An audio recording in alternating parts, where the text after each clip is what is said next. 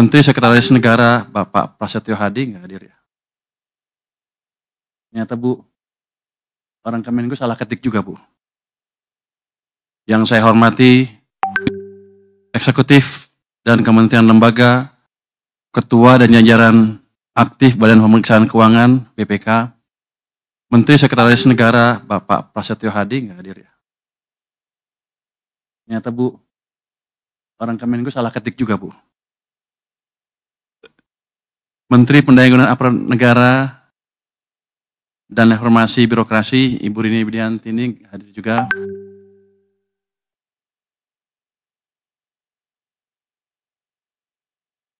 Menteri Koordinator Bidang Perekonomian Bapak Erlangga Hartarto, Menteri Koordinator Bidang Pangan Bapak Zulkifli Hasan yang tidak hadir juga.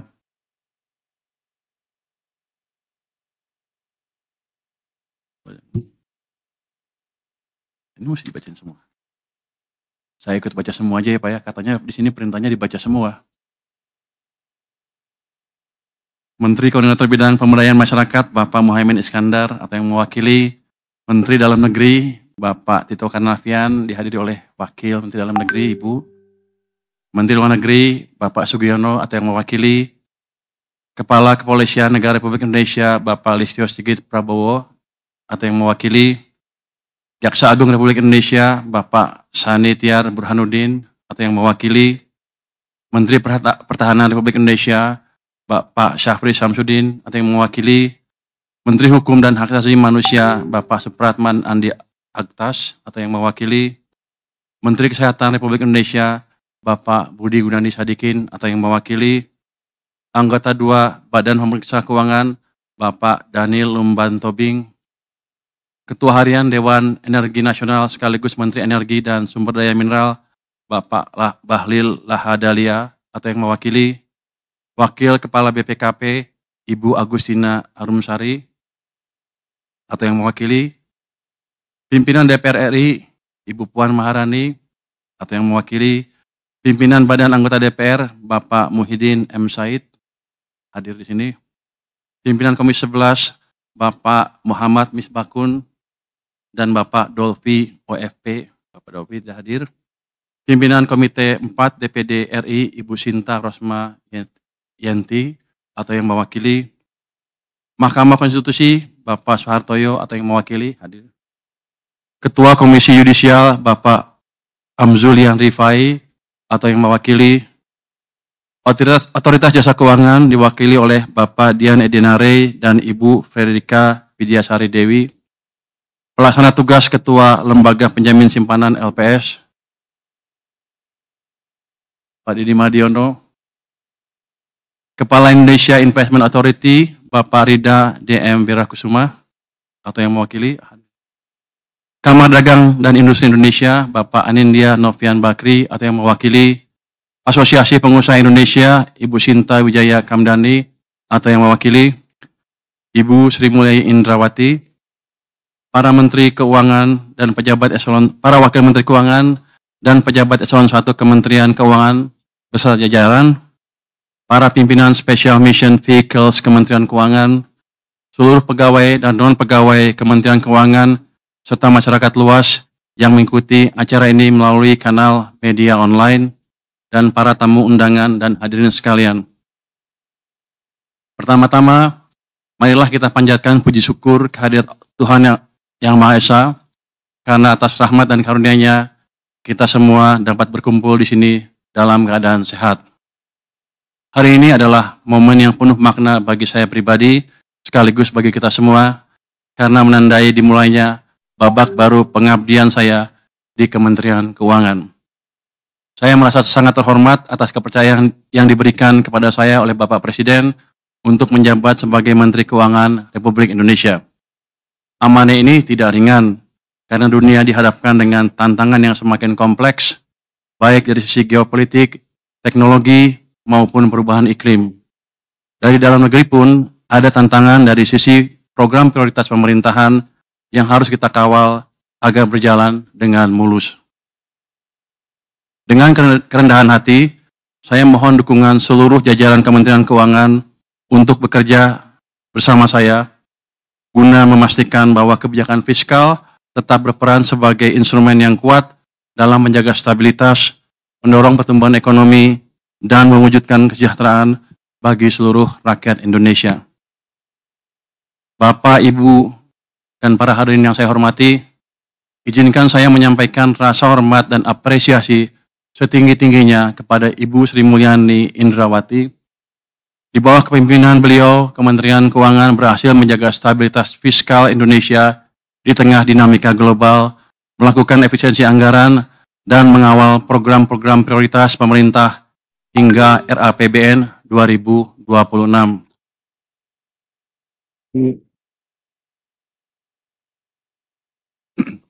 Selain itu, transformasi kelembagaan yang beliau jalankan, mulai dari restrukturisasi Direktorat Jenderal hingga pembentukan unit-unit baru, adalah fondasi penting yang akan memperkuat Kementerian Keuangan menghadapi tantangan masa depan.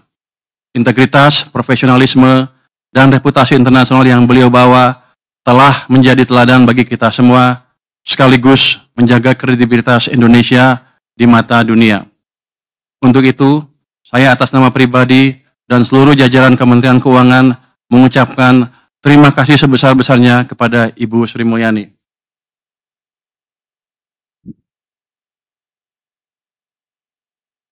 Sebelum menyampaikan langkah ke depan, saya ingin mengajak kita semua untuk sejenak mengingat tantangan-tantangan yang sudah dilalui oleh Kementerian Keuangan. Tantangan terbesar adalah pandemi COVID-19.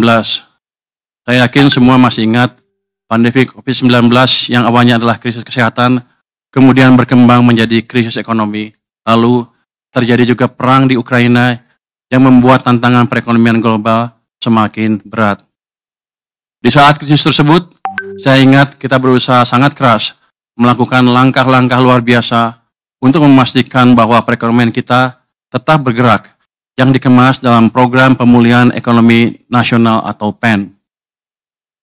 Melalui berbagai paket stimulus ekonomi, kita berhasil menjaga daya beli masyarakat dan keberlanjutan sektor usaha dengan tetap mempertahankan kesehatan APBN dan kepercayaan pasar.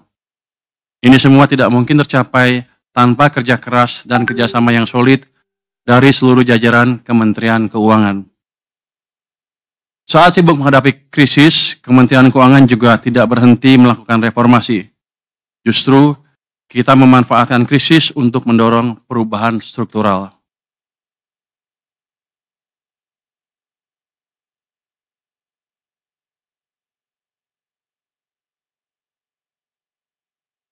Beberapa revisi undang-undang krusial pun lahir, di antaranya Omnibus Law Undang-Undang tentang Harmonisasi Peraturan Perpajakan, Undang-Undang tentang Hubungan Keuangan antara Pemerintah Pusat dan Pemerintah Daerah, dan Undang-Undang tentang Pengembangan dan Penguatan Sektor Keuangan.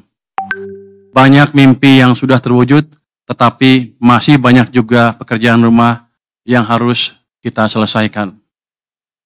Bapak, Ibu, dan para hadirin yang berbahagia, kita semua menyadari bahwa ekonomi saat ini sedang menghadapi tantangan yang besar. Perlambatan ekonomi di berbagai negara, ketegangan geopolitik, perubahan iklim, serta perkembangan teknologi yang cepat menimbulkan risiko sekaligus peluang bagi Indonesia. Geopolitik akan menjadi game changer. Indonesia tidak bisa lepas dari dampak perkembangan geopolitik dunia. Oleh karena itu, jajaran Kementerian Keuangan harus paham kondisi terkini, harus paham isu-isu strategis. Dalam menyusun kebijakan, kita tidak boleh naif. Jangan sampai fokus ke isu kecil yang justru menghambat kebijakan strategis. Biasakan untuk berdiskusi dan mendengar suara dari luar, bukan hanya dari internal Kemenkeu sendiri yang sudah pasti sepakat, agar tidak terjebak dalam echo chamber. Manfaatkan perkembangan teknologi yang ada untuk mendapatkan insight yang baru. Selain itu, tantangan perubahan iklim semakin nyata. Sebagai negara yang rentan terhadap bencana alam, Indonesia harus bersiap untuk menghadapi risiko perubahan iklim yang akan berdampak pada sektor-sektor kunci, seperti pertanian, perikanan, dan energi.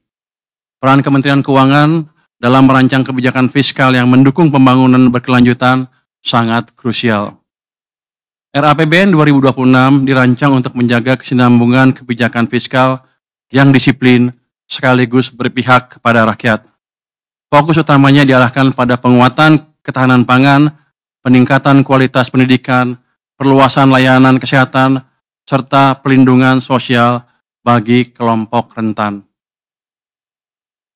Dengan RAPBN ini, pemerintah berupaya memastikan belanja negara lebih efektif, memberikan manfaat nyata bagi masyarakat, serta memperkuat daya tahan ekonomi nasional di tengah ketidakpastian global. Pada saat yang sama, prinsip kehati-hatian harus tetap dijaga agar APBN tetap sehat, kredibel, dan mampu menopang agenda pembangunan nasional. Bapak, Ibu, dan para hadirin yang saya banggakan, Kementerian Keuangan adalah institusi yang besar dengan puluhan ribu pegawai yang tersebar di seluruh penjuru negeri. Sebagai institusi yang mengelola keuangan negara, kita harus selalu menjaga integritas dalam tiap tindakan yang kita lakukan. Setiap rupiah yang kita kelola adalah uang rakyat dan kita memiliki tanggung jawab besar untuk memastikan bahwa uang tersebut digunakan dengan sebaik-baiknya untuk kepentingan rakyat. Dalam menghadapi masa depan yang penuh tantangan, integritas adalah hal yang tidak bisa ditawar. Kementerian Keuangan harus tetap menjadi institusi yang dipercaya oleh masyarakat. Oleh karena itu, kita harus menjaga agar setiap tindakan kita selalu berdasarkan prinsip-prinsip tata kelola yang baik, transparansi, dan akuntabilitas. Sebelum menutup pidato ini, saya mengajak seluruh jajaran Kementerian Keuangan untuk menjaga semangat pengabdian, bekerja dengan integritas, dan memperkuat rasa kebersamaan. Kita adalah penjaga keuangan negara, dan keberhasilan kita akan menentukan kepercayaan rakyat kepada negara. Sekali lagi, dengan penuh kerendahan hati, saya memohon dukungan dari seluruh pegawai Kementerian Keuangan, karena saya percaya bahwa hanya dengan kerjasama, sinergi, dan ketulusan, kita mampu menjalankan amanah besar ini. Semoga Allah Subhanahu wa Ta'ala senantiasa memberikan bimbingan dan kekuatan kepada kita semua. Wassalamualaikum warahmatullahi wabarakatuh. Download Tribun X sekarang, menghadirkan lokal menjadi Indonesia.